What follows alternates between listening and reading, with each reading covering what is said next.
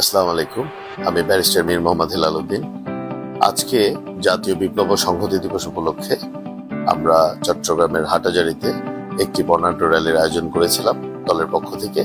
সেখানে শুধু দলের নেতাকর্মী নয়, হাটাজারির সাধারণ জনগণ, বাইজিদের সাধারণ জনগণ আমাদের সাথে সম্পৃক্ত হয়েছে এবং বিপুল সংখ্যক মানুষের জনসমাগম হয়েছে এবং অত্যন্ত সফলভাবে এবং সুশৃঙ্খলভাবে আমাদের র্যালিটি শেষ হয়েছে। তাহলে এই র্যালিটি করার তাৎপর্য কি?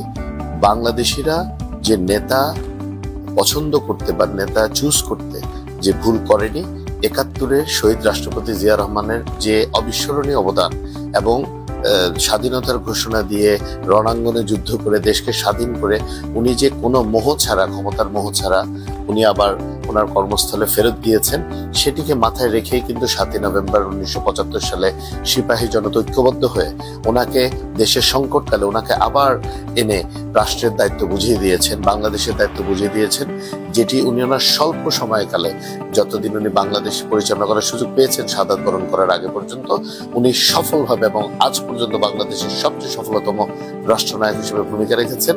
আজকের এই আয়োজন ছিল ওনার মতো একজন মহানায়ককে সম্মানিত করা এবং হাটাজারিবাসী সেই সম্মানিত ওনাকে করেছেন। এই জন্য হাটাজারি বাইজিদবাসীর জন্য রইল আমার আন্তরিক শুভেচ্ছা, অভিনন্দন এবং বুক ভরা কৃতজ্ঞতা।